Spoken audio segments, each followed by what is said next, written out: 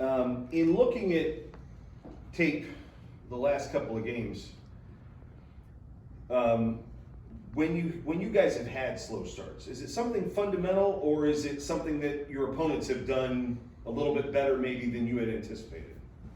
I mean, I don't know about better than anticipated, because we respect everybody, you know, in terms of, you know, their ability to, you know, play well and execute a game plan. But you know, you get deeper in the season, teams know one another so well. And I know our conference is a little bit different because, you know, we've got some teams like, you know, the next few where we haven't played them, and this would be the first time, you know, matching up against them. But there's so much tape out there, and you know, and folks know one another so well.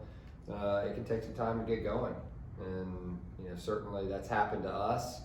You know, some of it's we've missed some easy shots, you know, and that, you know, can, you know, pile up on you a little bit. The key for us is maintaining that defensive intensity, and while understanding that you're going to have some droughts, you know, you got to withstand those droughts through your defense.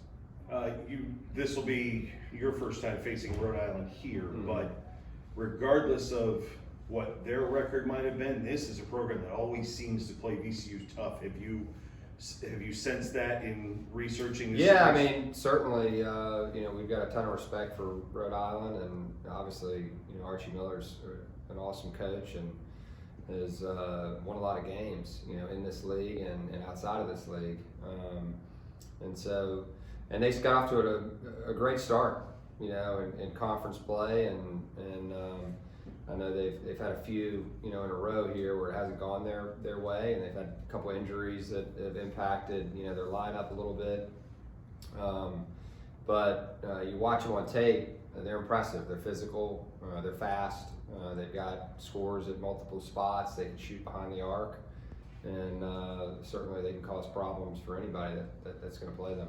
And if I could just ask if you've had any reaction to reports of UMass leaving the conference in a couple of years? Yeah, I mean, it's just, you know, I'm just like you, first hearing of it, and you know, it's such as the landscape of college athletics right now, and so you know, we certainly wish, you know, UMass the best if that's where this thing is headed.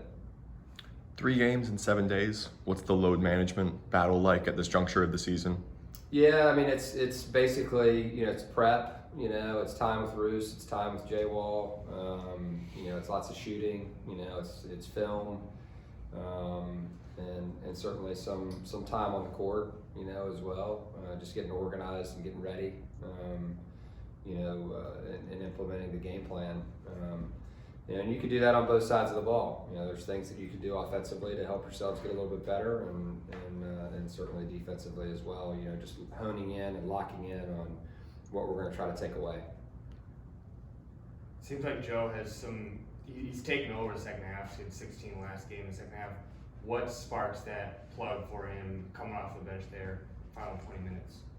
Yeah, I mean, he's done it both ways, right? He's gotten off to really good starts in the first half when he first comes in there, and the second half has been a little bit different. And you know, more recently, like you said, I mean, he was great in the last game, you know, in that second half, and had a rough first half, and as we all did. And so we certainly needed that punch. You know, we're trying to get him, you know, as many quality looks as we can, and sometimes that's easier said than done when, you know, the defense is honing in. But you know, his teammates look for him, and certainly understand, you know, the importance of getting into the ball at key times. It seems like Max has some of that competitive nature that allows him to just take over some points, both facilitating and knowing when to score. What about that do you see from him?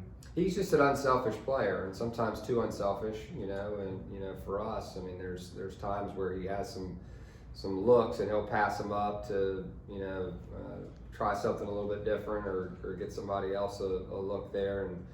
And you know, I think the last game against UMass, he ends up with 5 shots, and they were all pretty hard shots. And so we've got to do better, you know, at creating some easier opportunities for him. With Joe and Toby playing so well, have you thought about mixing up the starting lineup, or are you trying to keep with the stability right Not now? really. I mean, I like it where it's at. I mean, you saw the beginning of the second half. You know, the guys, that starting group played well. You know, even when Jason was in there earlier, like that lineup actually mixed well. You know, with Joe coming off the bench, Zeb came off the bench and gave us some really big boosts at times. Toby as well. I mean, I think there's no point in switching that up right now, given the feel that they have. They know their roles, they know what they're doing, they know when they're going in the game, and I think it works well. Rose didn't play for about a month and a half after that late December game. Mm-hmm. He immediately came in the last couple games and played some good minutes. What about his improvement have you seen this season? Yeah, I think he's just stuck with it, right? He's stuck with it, and you know, he's improved in practice.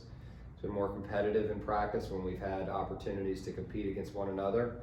And so, you know, certainly the way that the UMass game was going in that first half, he had earned the right, you know, to get in there and see if he could, you know, give us a boost. And you know, certainly he did his best and tried to do that. Even though we didn't win the game, you know, he had his minutes were some quality minutes there.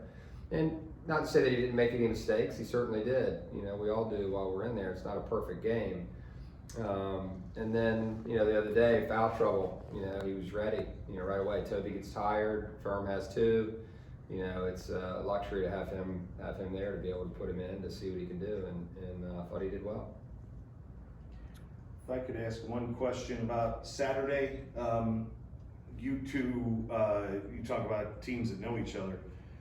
No real fundamental differences between the two of you, I don't think, since the first time you played. What's the key to coming into a second rivalry game like this when you got to go over there and you two are as tight and as good as you were the first time you played? Yeah, I mean, obviously, you know, our focus is with Rhode Island right now, and a game, you know, whatever's right in front of us. But you know, down the line, you know, these games are coming fast and furious, and you know, Richmond's had a great season and is playing really well, regardless of where they're playing, either at home or on the road. They're very balanced on defense, and you know, really stingy on that side of the ball. And King's excellent. You know, Quinn, you know, is you know, a force and a facilitator. And you know, when you play in these games, you know, it's again like we talked about, you know, prior to that, the last time that we played them, it's, you know, you can't make the game bigger than it is. You know, it's you can't play differently because it's a big game. You've got to play your game and try to establish yourselves. And certainly it's going to be different. We're not going to have our fans necessarily right there on top of us, you know, cheering us on. We'll have some, but you know, when you're playing in a hostile environment, you've got to be poised and you've got to be, you know, ready to you know, withstand any type of runs and momentum that happen in those types of games. Coach Jeff Jones announced his retirement this weekend. Did you have any experience with him throughout your career, either through yourself or your father? He helped me get in the business, you know, and so I've known him since I was a child, you know, at UVA. I mean, I was probably 10, you know, 3rd grade to 9th grade, you know, and during that time, so I was around him most days as a youngster. I would get on my bike after school and ride over to practice and, you know, watch he and Dad and Coach Holland, you know, coach the guys up, and I was fortunate enough to be around the team and all of that. And so, you know, learning a lot about the game at a really young age, and he was a big part of that.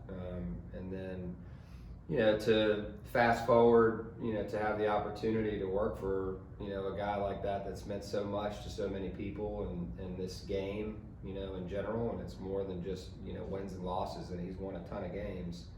You know, he's impacted not only his players, but, you know, the coaches that have worked for him, you know, like myself, and then, you know, folks that worked with him, you know, in the departments, you know, and fans. You know, he's what's right about college basketball and you know, mentoring young people, and you know, he's always there for them, as you can, you know, it's easy to see because all of his former players have such a deep love for him and his family. And you know, I hate I wasn't able to go to the retirement presser because we had practice, but certainly would have been there if I didn't have that, and was able to watch it. And he said a lot of great things. Just his gratitude for his time in the business, and I think the friendships forged over those years. It's hard. You get to the end like that, and it's time, and you still have some competitive juices, but you do know it's the right moment for him to pass it on to somebody else, but still hopefully stay involved, in mentoring and helping our game continue to grow and get better. And it's a key time. We don't need to lose folks like him in terms of their advice, expertise, whatever you want to call it, as it relates to what's next for college athletics, because he certainly has seen a lot of change over his time, in coaching. The women have a huge game against Mason on Saturday. Talk a little bit about the relationship between the two programs and what you guys can do and have done to support them. Yeah, we're so excited for them. The year that they're having is amazing, and Coach Obi she's done a great job, her and her staff and her players. We see one another every single day in the BDC, and we're cheering for one another each and every day. We text after wins and pick one another up after losses, which is cool. But this is a huge game, and so we need all Rams to come out and support on the second, and we're trying to break a record, and really excited for them, and excited for a huge turnout, and most importantly a big win. I know the race is tight down the stretch, and kind of like it is on the men's side, and our team's done really well, and I know they're looking forward to a push, towards the conference tournament and then beyond. Anything else, guys? Is it too early to talk about futures at all and think about, are you zeroed in on the off season and what the future holds for some of the guys from an individual standpoint? No, you're always thinking about it. You're locked in on what you're doing right at that time, with individuals, but and the team overall. But absolutely, you're making notes. We're having conversations, with the players, but also as a staff, in terms of what's next, for the guys in the natural progression. And certainly we've got some really good young players, that have a chance to grow and get into new roles, as we progress into next season. And so, it's certainly something that, while it's not the primary thing that we're focused on right this second, it certainly is something that we're documenting as we go, and in preparation for once the season's over and we begin to enter that phase. All good? Yeah.